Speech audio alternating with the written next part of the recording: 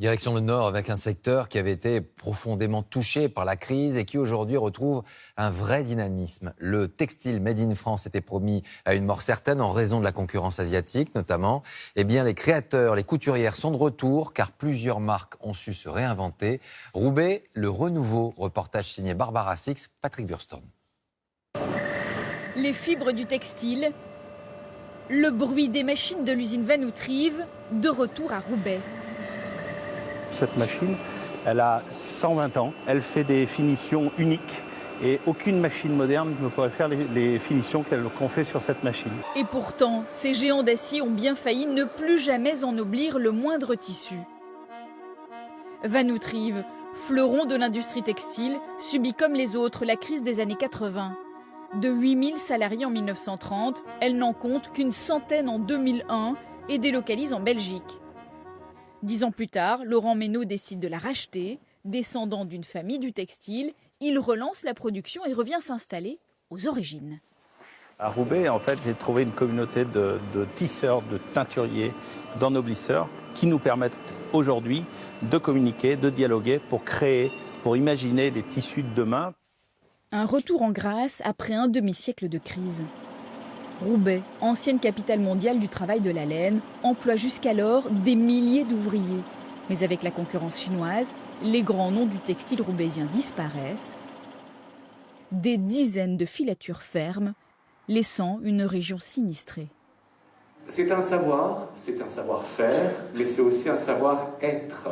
Mais grâce aux écoles, des centaines de milliers d'élèves perpétuent ce savoir-faire. S-Mode, créé en 1841, forme les stylistes du monde entier. Daniel Echter, Thierry Mugler ou encore Olivier Roustin, actuel directeur de Balmain, sont passés par là. L'an dernier, le défilé était parrainé par Diane Pernet, ici habillée tout en noir, grande critique américaine de mode. En 2005, Lille et Roubaix s'associent pour relancer la création. C'est le début de Maison des Modes, un ensemble de boutiques-ateliers pour les jeunes créateurs. Pauline et Magali sont deux jeunes stylistes. Ici, elles ne paient aucun loyer pendant 6 mois. Un réseau de professionnels réalise leur communication, leur gestion. On bénéficie vraiment de conseils, de suivi. Et ça, c'est vrai que quand on a un jeune créateur, c'est quand même un petit peu difficile. Au début, on se lance dans un projet et on a besoin d'être accompagné. Résultat, des modèles uniques, une nouvelle clientèle. C'est ma sœur qui a dit on va aller à Roubaix faire des courses parce que ça a l'air fabuleux, elle a vu ça sur internet. C'est vrai que j'aime pas quand tout le monde s'habille la même chose, alors ici ça permet d'avoir des pièces uniques par rapport aux autres gens. Dans la même rue, Amandine Labbé invente même le textile du futur.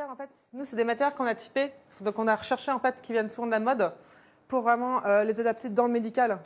Auparavant styliste chez Charles Jourdan à Paris, elle habille désormais des prothèses pour personnes handicapées.